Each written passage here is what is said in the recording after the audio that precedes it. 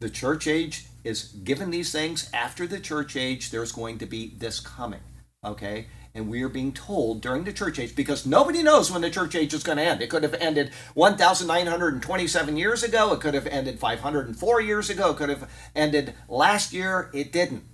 Everything has an end. And when the church age ends, the tribulation begins. Okay? And so the warning is there for the church.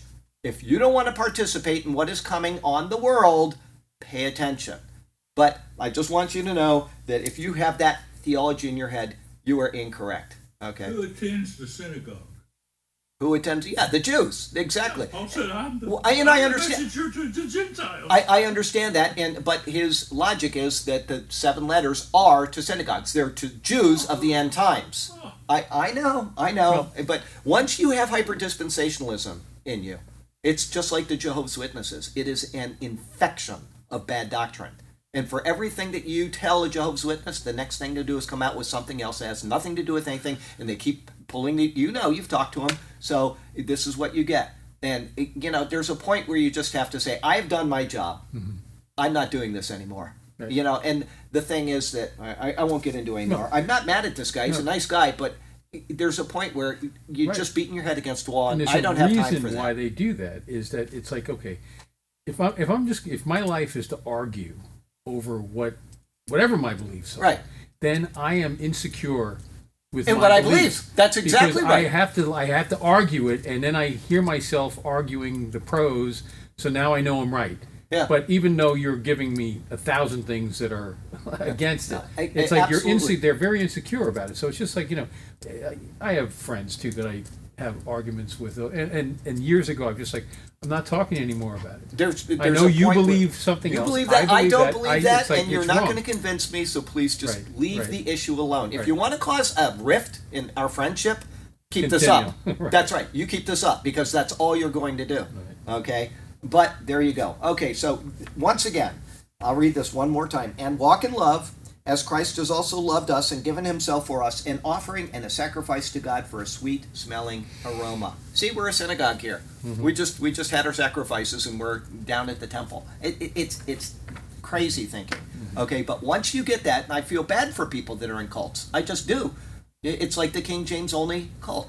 They have this in their head. They cannot get away from it, despite all. This guy. Somebody sent me a video on the King James onlyism recently, and he said. He was talking about the source documents. He says, I don't need the source documents. It says, God spoke, and it says here in the Bible that God spoke, and therefore the word is in his mouth. It's not on paper, it's in his mouth. And he says, I know that I have the pure, inspired, and what was the word used? Inerrant word of God in my hands, speaking of the King James Version. So I don't need to study anything. I don't need to check this out. Okay, that is one of the most deceitful arguments that you can use against somebody when you say something like that, and that's what cults will do. They say, I have this, and so I don't need to check it. I know that this is correct, and etc. You know what that is?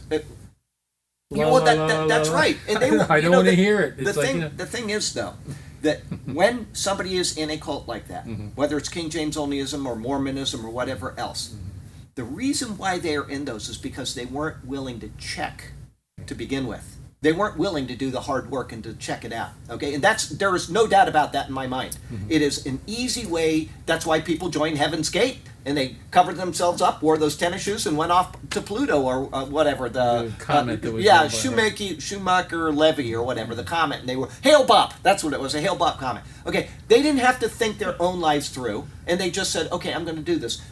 But once you're in that cult, this is the paradox of being in something like that. They will spend more time and more effort defending what is wrong than they would ever have if they had just started to check what is right, or at least to research. They don't know this is right or this is right, but to do the research in advance and to say, I know that this is wrong. They're not willing to do that, but they will spend more effort than they ever would have before to defend, like the Jehovah's Witnesses. Out of insecurity. Out of insecurity. That's right. It's a very, very sad cycle that people get themselves into. Okay? It's just the way it is.